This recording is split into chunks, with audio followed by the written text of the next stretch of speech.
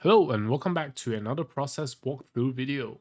So for this month, I've really been focusing on singular pieces as compared to multi-work sets. So kind of I've been spending a lot more time on the detail and the nuances of each piece, but unfortunately that means the volume has suffered a little bit, and it's something I'm trying to work on. But I guess sometimes it's just part of the trade-off to produce less works. But hopefully, try my best to push myself in terms of my ability to draw detail and a bit my ability to design compositions. So yeah, these are the two pieces that we'll be taking a look at for this month's walkthrough video. First one is this one here on the left, and the second one is here over on the right. So without further ado, let's jump right into it. So for this first piece, my concept or my initial idea here was to kind of frame the scene like so, right? Basically having a character play a flute, out in this kind of courtyard, and then you have something very thematic going on in the background. So it sounds kind of vague, right? What do I mean by thematic? So the idea here is that I wanted something that is more specific to a sort of fantasy medieval theme as compared to more vague details like last month's knight character, right? The background was kind of vague. It captures some how do I put it? Some iconic facets of medieval architecture, like the arches and stuff like that. But I didn't manage to capture enough of it, I feel, to make it really count. So here, I wanted to make an effort to draw something that's definitely more detailed. Maybe have a statue going on in the background. All that kind of stuff was something I had set out with an intent to do. So let's see how this develops, right? So we have this character here who's basically playing her flute. She has her pack of wolves slash dogs, and the setup is simple, right? We want the dark foreground, right? The dark foreground here is important because it helps us block our values in with the character. It shows the silhouette of the character as well, and it's just a really simple and reliable way to start the piece.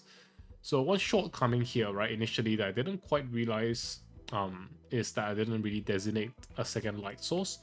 And the issue with this is that if we have a small light source here, and then you have one overarching light source, which is the sort of daylight outside, I might run into issues such as the daylight not really being strong enough to influence the scene as a whole, right? Because the daylight is going to affect things outside, and if the inside part of the building doesn't really have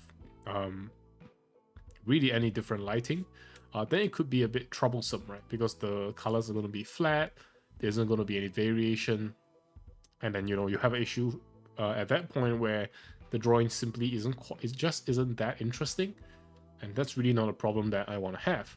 So initially, the idea was to simply capture the scene, but quickly moving on, right? I felt like, okay, so if we have a cool outside, right, the cool tones of the outside, we want something warmer for the inside, right? Something warmer for the inside, and how do we really achieve that in this kind of medieval context? We can't have a light bulb, we can't have like really anything too sophisticated.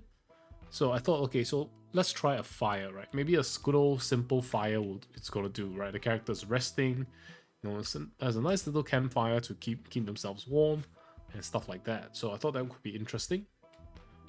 And then added some other small things like the sword here. So one of the interesting things that I did find out, and I use the word interesting a lot, but one of the one of the fresher things, right, in my impression that I found out about doing this is that actually when we are thinking about drawing very specific details, like we want to design architecture or want to present the type of architecture, you're really going to need a lot of references. So I definitely researched some of it. At this point in time, I was mainly looking at this reference here, for example. It's like, okay, so this is the kind of density of detail that I want, which is really challenging, right? Because if you're used to drawing it, then you know how to abbreviate some of the shapes and some of the elements, so you can quickly get a sketch down. But for me, right, as you can see here, being less familiar with the subject matter, I just got something simple like a statue and some arches here, and this is really the best I could do on short notice, right? My brain isn't quite able to extrapolate all those intricate designs into a sketch as easily as I could with some other things. So with this particular stage, you'll run into some difficulty, use some references, and then I do some experimentation. Here I was also thinking, okay, what if we have giant wolf statues outside, right? That would fit the theme. But on the other hand, you know, it felt kind of off. This feels like really extreme levels of fantasy, while the character and the scenery is kind of like medieval. It's not even really fantasy. It's almost possible. It's almost realistic. So this kind of felt out of place. So moving on from there, right, I decided to try for a simpler background because I felt like, okay, so we have the character here, she's blowing on a flute. What kind of impression does that give? Or rather, what kind of impression do I want that to give? So that was the difficult part here, right? Because on one hand, I like the scene of a courtyard, where you have this kind of very detailed, very solid outside view going on.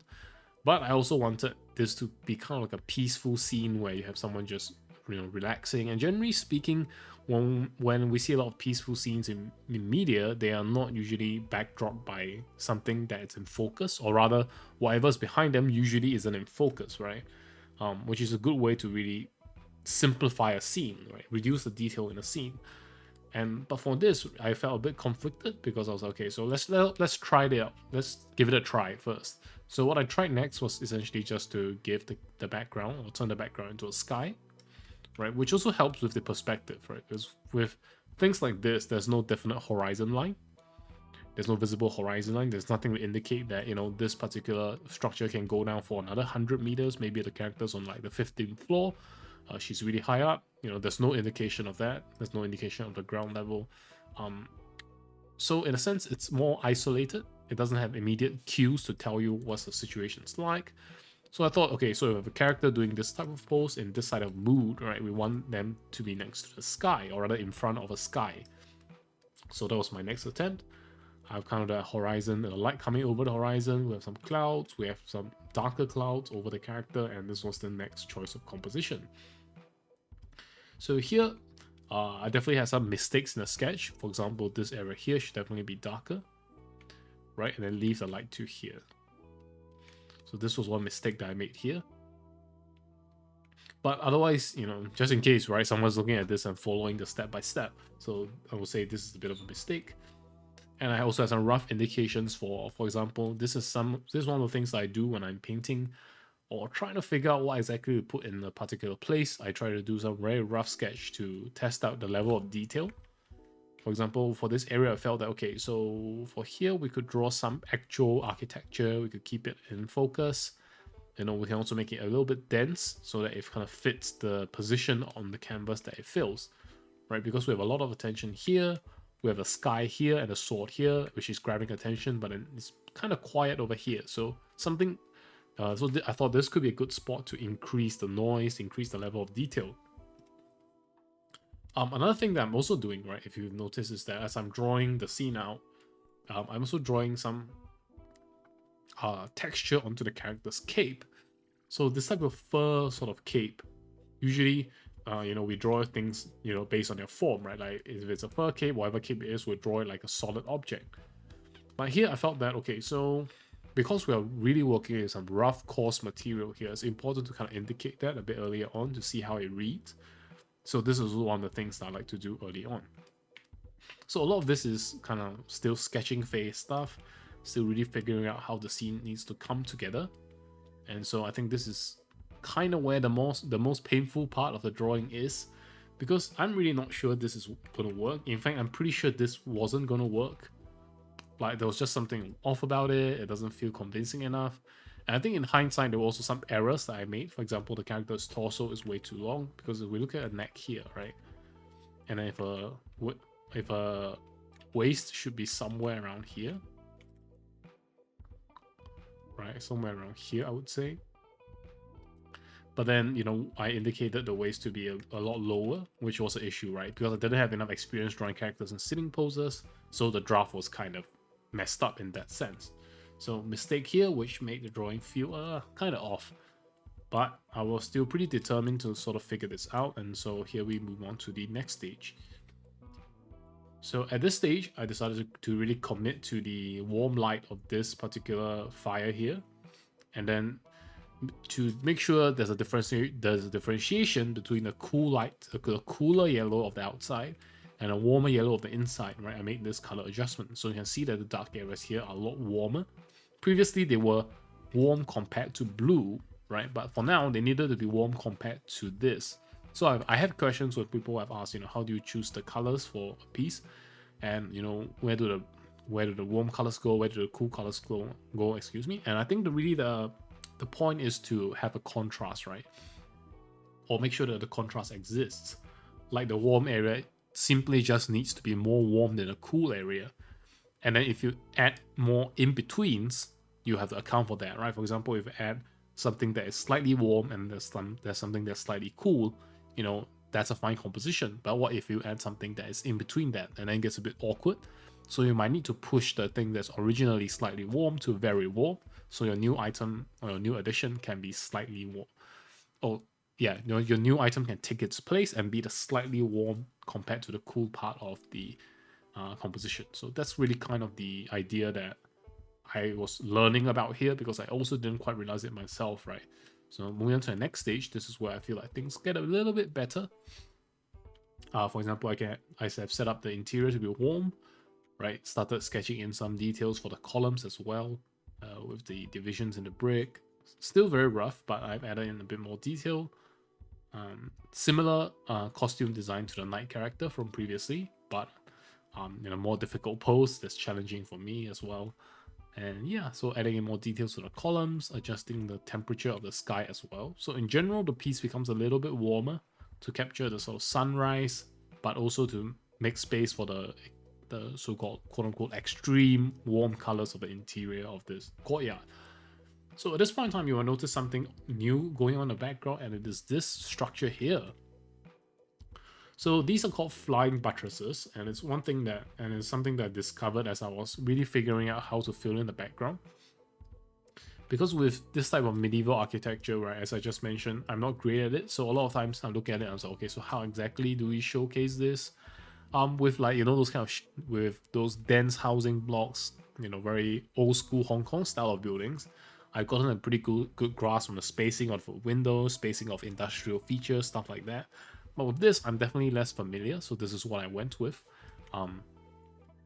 So learning from this, right, I figure, okay, so one of the most iconic things about a lot of these cathedrals, Gothic cathedrals, are these flying buttresses, which are basically these little structures, these little spas. I'm not sure what to call them a spa, but basically they're flying buttresses. And they are really, really iconic in their shape, so I decided to add them here as well. So it serves two purposes, right? Firstly, it's authentic, right? It's realistic. People look at it and they know that it's a real architecture, and that helps to convince people that it's a real scene. But secondly, it also adds a bunch of patterns. So patterns are really important in background and in foreground, of course, because they present a nice area of regularity for your eyes to really rest on, right? Because you can have something that's completely irregular. For example, if the character is completely irregular, right, it feels a little unnatural, because even in real life, right, there's almost always some level of pattern going on whatever you look at, right? Whatever you look at in buildings, there's a regular spacing to the windows, for example, there's a regular spacing to the columns, the structures. Even if you look at an animal, right, there's a regular pattern to its fur, there's regular spacing to things, at least in some part of the visual design, or rather visual existence of these real world objects. So I feel like, this addition of patterns not only helps, reinforce the authentic architecture, but it also really helps to add this compositional bonus points, right? Add some compositional bonus points here for us. So similarly, I also worked in the sort of Gothic windows for the nearer part of the castle, or nearer part of the cathedral here, right, which previously we mocked up. And then I also added additional elements like candles, stuff like this, things to help vary up the values and lighting that's going on in this area. So those are the things that I really worked on really hard for this particular piece. And I think while there's still some errors here and things that I could have done better, I think some of these things are pretty good that that hopefully you guys also find helpful as well. When you look at it, it's like, okay, so at this phase of the drawing, what should I be looking to do? And the idea here is for me here, at this stage, is to really clarify my colors, make sure they belong to their respective groups, and then try to add in a couple of more little accents here and there, right? While here we have this relatively dark stone, a couple of regular wax candles is already enough to stand out and add a bit of flavor to this area of the composition. Same here with the wheel, right? I thought, okay, maybe this is kind of like an abandoned castle. This is like kind of near the grounds area. Maybe there'll be spare parts of carts or spare parts of other things lying around, and this was my idea. So basically laying out and fleshing out the composition at this stage, adding small little details that hopefully serve a multi-purpose role, right? Both to add compositional interest and to make the scene a bit more authentic. Same here with the fire pot. I believe I used a makeshift texture here, but I definitely paint over it later on. But this area here, I felt okay, so just having a fire out in the open felt a little bit wrong, so we have some type of cauldron or brazier to hold the burning coals. That could be something the character found that fell onto the ground and then she just lit up. So, this kind of slightly more believable setup, I think, is what I'm trying to aim for at this stage of the painting. So at this next stage, right, I started rendering more in depth, right, drawing everything more exactly. For example, drawing in all the small little sparks, the cracks in the wall, the patterns in the stone, the wicks on the candles, turn this into a statue from previously where it was just a patterned wall. Honestly, at this point, I kind of like the patterned wall as well. Maybe the statue is drawing a bit too much attention away, but I thought that having something a bit more anthropomorphic, like human-like, could be interesting to look at. So this was my decision at that time. And then for the background, right, I added this very authentic cathedral building, once again with the references that we have here, right, with this kind of central large window with the splits and the patterns and then with the kind of the side designs. So for the side of the building, right, like this part, I actually made it up a little bit.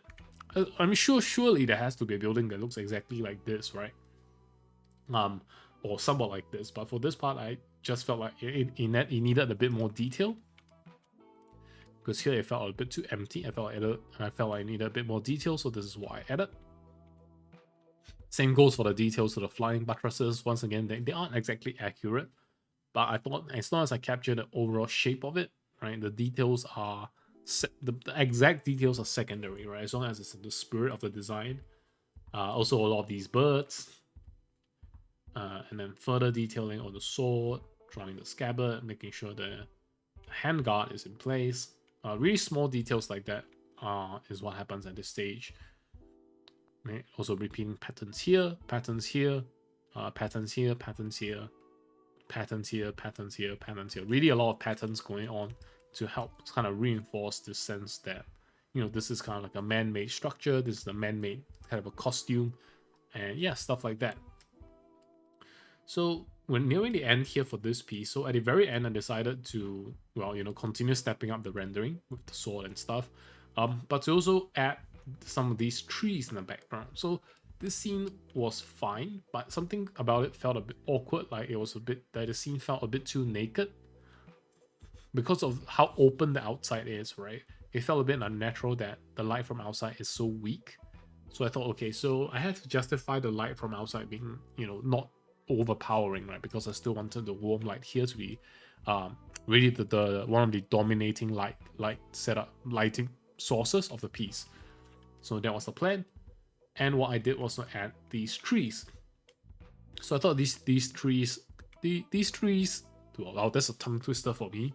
So these trees are really there to help add not only a sense of density and realism, but to help block out a little bit of the ultra bright sky over there. So the flames here could take a stronger presence on the scene, right? So it feels more like a character in a courtyard, right? Medieval courtyards do have trees, and those trees are in the right place. So it kind of creates a more convincing scene for the viewer, and it also makes the lighting more believable, right? Because if you're in a courtyard and there's a lot of trees around you, chances are the lighting is going to be a bit darker, and then the fire here, kind of takes precedence as the main light source. So since finishing this piece, right, I've noticed a couple of things about this one that I feel like I've improved on, which was basically the proportions of the character are a little bit off, because one of the things that I'm not too great at is anatomy. It's not surprising at all, right, because I've always been a little bit loosey-goosey with it, and mostly rely on structural understanding. But the issue here is that if you're making up harder poses, it's harder to measure things out precisely. And the problem here is that because, right, when you sit down, you know, your bone doesn't really remain in the middle of your leg. It kind of gets, your weight of your body kind of pushes it down just a little bit, right? Depending on, you know, how your buttocks sit on the, and how your pelvis sits and all those kind of things. The waist is not so far away from here, right? Because the pelvis is somewhere around here. Your waist is a little bit above your pelvic, your hips, right? So that will put the waist about here. My issue with here is that with my perspective, you know, this results in, you know, a really, really long torso, which is an issue here that I found out. And then, you know, that's could be one of the things that really killed a lot of the piece. Right there, right? Just a mistake. Despite all that hard work, right? One mistake in the proportions is all you need to really decrease the value of the piece. So this is definitely one thing that I'm going to fix in a remaster. So yeah, eventually that's going to be done, and you know, it's just one mistake. It's really what a waste. But otherwise, it was a huge learning experience for me as well, trying to finish this piece. A lot of moving parts, and this was kind of the reason why I wasn't able to deliver as many pieces I was like for my own standards as well, right? Because usually I like to keep moving. I like to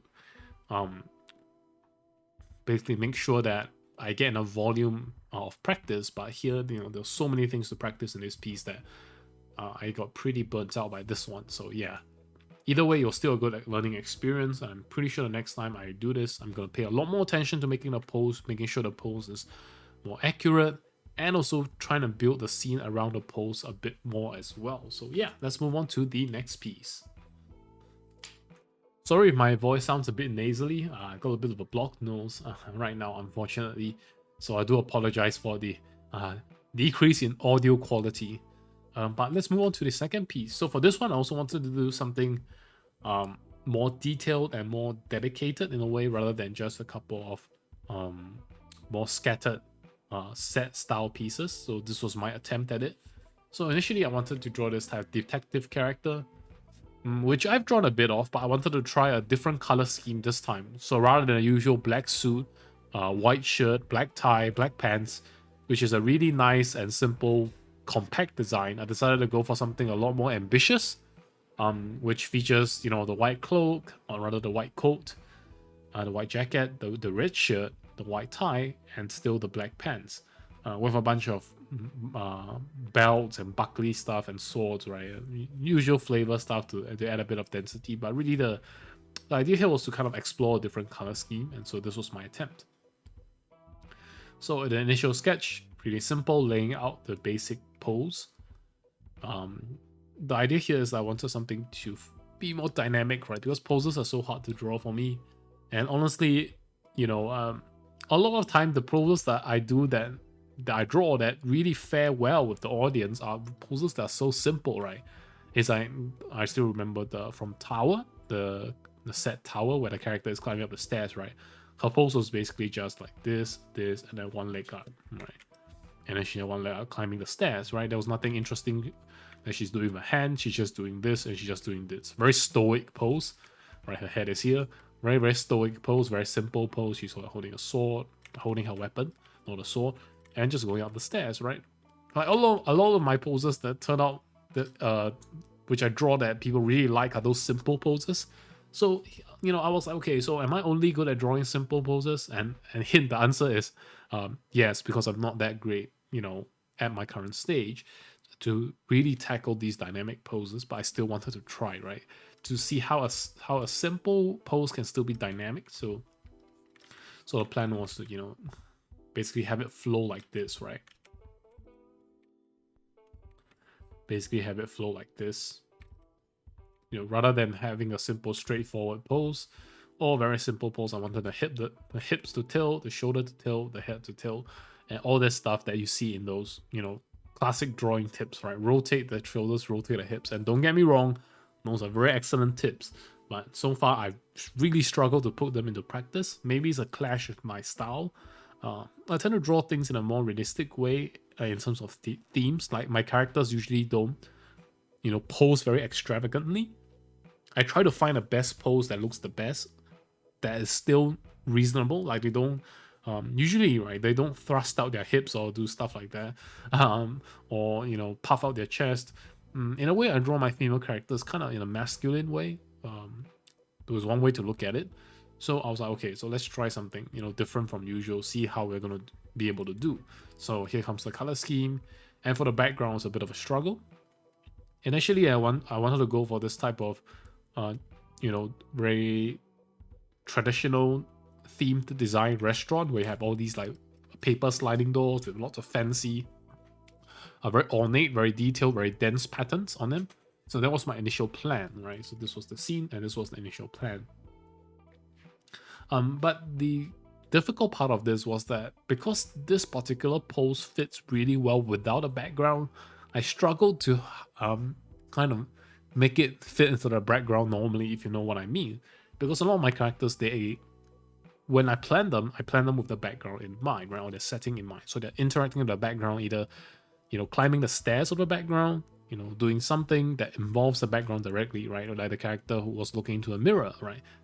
Those are really deeply connected. But for this character, it's kind of tough, right, because she's in a bit of a dynamic pose. And in general, dynamic poses don't make much narrative sense.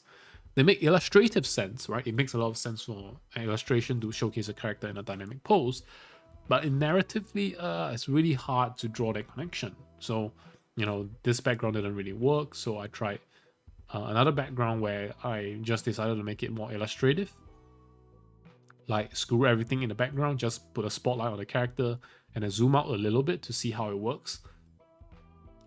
And here I would say that I like the wider zoom on the character. It felt like it presented more of the character as well. And these are some of the things that I liked about it. And so I continued with this particular plan. So as we continued, right, basically from this stage, right, it was basically clearing out the lines, adding a bit more form. And basically at this stage, I thought, okay, so what if we try to put a character in a place with a giant aquarium and then have this huge fish behind her? I was like, okay, that's interesting, right? She could be an investigator. She's resting against like an aquarium wall, and then she's just relaxing, and then there's this very strong contrasting presence in the background where you're doing something peaceful but you have something really dangerous, and then it just didn't feel quite right. I'm not sure how to put it. It was really difficult to kind of figure out how I wanted to go about this. I think it was something to do with the pose, that the character really isn't leaning against the glass. The pose wasn't really made for that, which is an issue, right? Because when you really want to use a certain pose, you have to fit the environment around it, and it's not always you can find the best solution. So yeah, but to talk about the things that I do think was good, was the overall planning of the colors, right? For example, the white gloves and the red shirt. I think I like it. Definitely some room for improvement there, but I like the overall strength of this, the visual impact of this design, right? And the issue, however, is that while visually stronger than a regular type of suit, it also adds a level of, it breaks a little from reality, because I'm sure this is a real costume that probably exists somewhere in a fashion show. It's really rare to see in real life. So if you're using a more abstract costume here like me, and you also have an abstract pose and with a kind of a hard to nail down background, you might end up with something that isn't quite relatable enough, quote unquote. And I say that because usually when you're trying something new, right, sometimes they can end up looking a little bit outlandish. So I think that is one of the issues here. But otherwise, I think dynamic poses are really fun to draw. Although I still have to better integrate them with what's going on, right? So this is one of the things I definitely have to plan for, because as you see here in the initial sketch, I just drew this and then I'll be like, it's gonna be fine. I'm just gonna fill in the background. It's just a little bit of space, what could I possibly draw? And then, that was a huge problem for me that it turns out. Yeah, but recovering from the fish episode, right, where I tried to draw lots of aquarium and draw an aquarium with lots of fish, I tried for a more more my standard fare stuff with this, with these grills, like this shutters with grills, like in a shop where the shop's closed, they put on their shutters, and this was the initial plan. So for this one, I felt like it gave me a bit more structure. It gave me a bit more structures with a background, which I always love, and that was why I stuck with it. But unfortunately, for those of you who are more keen-eyed, you'll realize that this pose still doesn't work with the scene because of the sword, because of the pose, because of all these things combined. This is like a pose for the sake of posing, which is, well, a topic to debate, whether or not, you know, that's the right way to go. But for me, it made the process feel pretty awkward. I was really struggling to try and put all these together to make sure it works. But I think in the end, it wasn't too terrible. Yeah, but either way, this was kind of my result, the result that I got. And from here on out, it was basically adding a bit more detail, color toning it to give it a bit more